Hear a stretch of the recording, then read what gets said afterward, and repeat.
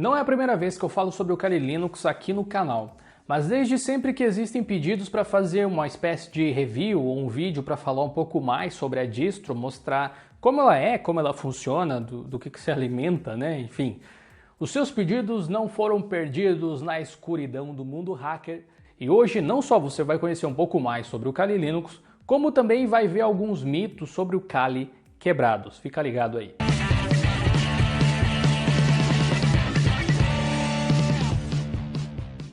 Procurando uma forma de trabalhar com o Google Drive no Linux de uma forma eficiente? O patrocinador do vídeo de hoje tem a solução ideal para você. Conheça o InSync, uma ferramenta que permite a sincronização do seu Google Drive com a sua distro Linux favorita, com integração com os principais gerenciadores de arquivos. Teste gratuitamente por 15 dias e pague apenas uma vez para tê-lo para sempre. Saiba mais no link aqui na descrição. O Kali é uma distro que é baseada no Debian Testing, que funciona em arquitetura ARM, x86 e AMD64, com foco em computação forense, segurança e análise de dados e de redes. Ela é chamada geralmente de a distro dos hackers aí, por conta do seu público-alvo serem realmente profissionais de TI que constantemente estão testando sistemas de segurança para aprimorá-los e às vezes nem tanto, né? Ou seja, basicamente eles estão hackeando os sites, serviços e sistemas usando ferramentas que muitas vezes o Kali já disponibiliza por padrão na sua instalação, fazendo com que você gaste, no caso, muito menos tempo configurando e instalando as ferramentas do que usando elas, que é o ideal, né, para a produtividade. Há algum tempo atrás eu fiz uma entrevista aqui no canal com um rapaz chamado Gabriel Pato. Ele é um cara super gente boa e o trabalho dele é hackear as coisas, ele vive disso. Você pode conferir o bate-papo clicando no card que aparece aqui em cima, vale muito a pena se você se interessa pelo assunto. A fama do Kali Linux foi reforçada recentemente por conta da popular série Mr. Robot. Nessa série os personagens seguidamente usavam Linux, especialmente o Kali, para hackear os seus alvos. Querendo ou não, isso acabou atraindo muito público leigo e, por incrível que pareça, muitas pessoas começaram no Linux por conta do Kali Linux, simplesmente pela fama que ele tem de ser útil para hackear as coisas. Depois eu vou falar um pouco sobre os mitos do Kali Linux, como eu já tinha mencionado, então nós vamos segurar essa questão de uso do Kali Linux no desktop para depois, beleza? Mas o que exatamente vem no Kali Linux se eu resolver instalar essa distribuição na minha máquina? Bom, em primeiro lugar, você não necessariamente precisa instalar o Kali. Muita gente usa o Kali Linux diretamente de um pendrive em modo live, mas uma vez que você decida instalar, você pode ter um sistema com diversas interfaces diferentes e é aqui que começa aquele jogo de letrinhas esquisito para quem não está inteirado com o mundo Linux. Você tem o Kali Linux com GNOME, com KDE, com XFCE, com LXDE, com Mate e até com Enlightenment, todas disponibilizadas em 64 bits e algumas em 32 bits, além de imagens para máquinas virtuais como o VirtualBox e o VMware.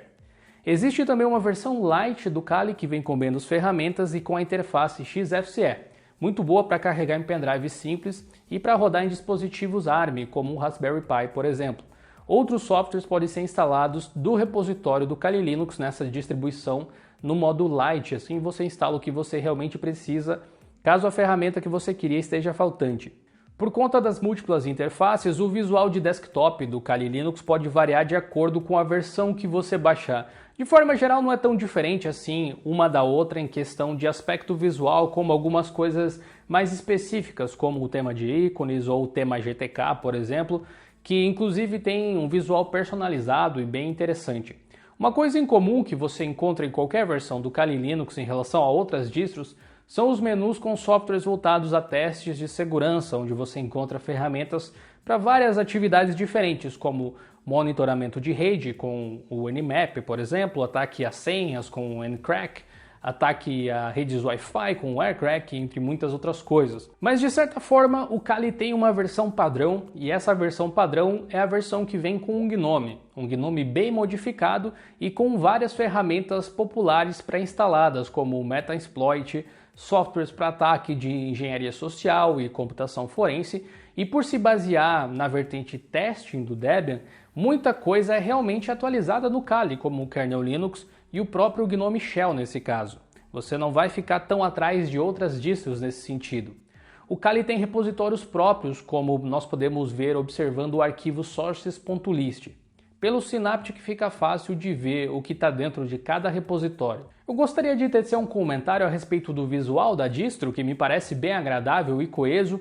E olha que ser bonito nem é a intenção do Kali Linux, né? Ele tem outra finalidade, mas eles conseguiram colocar um visual agradável no sistema. O consumo de RAM é basicamente o mesmo de qualquer outra distro com GNOME e nós temos uma série de extensões que modificam a forma com que você usa o GNOME no Kali Linux se comparado com o GNOME padrão, como a gente tem no Fedora, é só você conferir no card aqui em cima. Nessa parte do vídeo eu vou responder algumas questões que com sorte você nunca ouviu na internet, mas que eu infelizmente já. Posso usar o Kali Linux no meu desktop normal, como eu faço com o Ubuntu, Linux Mint ou qualquer outra? Olha, poder você até pode, mas tem muita coisa nessa vida que você pode, mas não deve, né? O Kali Linux é um sistema operacional, assim como qualquer outro, mas além disso ele também é uma grande ferramenta de trabalho. Então eu diria que do mesmo jeito que você não vai de trator para balada, você não usa o Kali Linux no seu desktop tradicional. Tem ferramentas de trabalho e tem ferramentas para entretenimento e outras atividades. Não só porque o Kali tem algumas características que o tornam ele inviável para o uso no desktop, como porque provavelmente distros com foco nesse público, mais doméstico, games ou qualquer coisa do tipo, vão te atender para essas finalidades muito melhor do que o próprio Kali. Por exemplo, você usa o usuário root por padrão no Kali e a menos que você configure ao contrário, esse vai ser o comportamento. O que não é necessariamente um problema, afinal quem está usando o sistema teoricamente é um profissional treinado ou no mínimo um estudante da área na qual os recursos como o root, por exemplo, podem ser úteis para você realizar os seus estudos ou fazer algum tipo de treinamento ou fazer alguma coisa assim. Não é o ideal para um cara que assistiu o Mr. Robot e resolveu economizar na conta de internet hackeando o Wi-Fi do vizinho. Usar um sistema como o Kali no modo root sem ter muita experiência é contraindicado por uma lista de razões que mal caberia em um vídeo. Mas curiosamente é exatamente o que muita gente que usa o Windows faz usando o sistema no modo de administrador. É como dirigir sem usar cinto de segurança, você até pode, mas não deve. Acho que essa explicação já eliminaria outras explicações aí. Mas eu já vi muita gente perguntando coisas como é que se faz para instalar Steam para jogar no Kali Linux, ou como que se instala o Wine, por exemplo.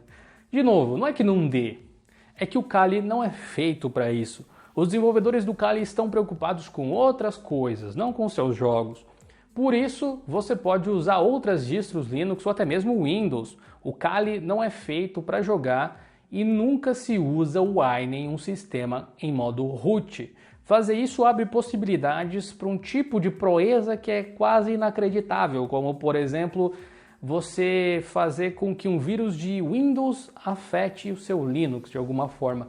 Ou que tal, de repente, um ransomware de Windows no Linux, rodando pelo Wine, para zicar os seus arquivos. Interessante, né? O Wine em si consegue ser ainda assim mais seguro do que o próprio Windows nesse sentido, mas nada está à prova de um hacker movido a Todd, não é verdade? Então você está me dizendo que só quem pode usar Kali Linux são os profissionais da área de segurança ou estudantes de segurança da informação, alguma coisa do tipo? Definitivamente não, mas como eu disse anteriormente, esse é o público-alvo da distro. Ela é feita para agradar as pessoas com as expectativas voltadas para isso. Se você for usar o Kali Linux pensando em outra coisa, é muito possível que você se decepcione não só com o Kali, mas com o Linux em si, sendo que existem muitos outros sistemas mais indicados para iniciantes, como o Linux Mint, o Manjaro, o Ubuntu, etc. Preciso usar o Kali Linux para usar as ferramentas que ele dispõe? Boa pergunta essa, né? Mas de forma geral não. Todas elas podem ser instaladas em outras distros, inclusive as convencionais. E apesar da fama, o Kali Linux não é a única distro voltada para testes de segurança. Existem muitas outras também que atuam nesse mesmo nicho. Inclusive, muitas vezes o fato de você instalar e configurar uma ferramenta que você precise utilizar pode te trazer um aprendizado mais interessante do que simplesmente usar a tool do Kali direto nele, né? Especialmente se você estiver estudando esse tipo de coisa.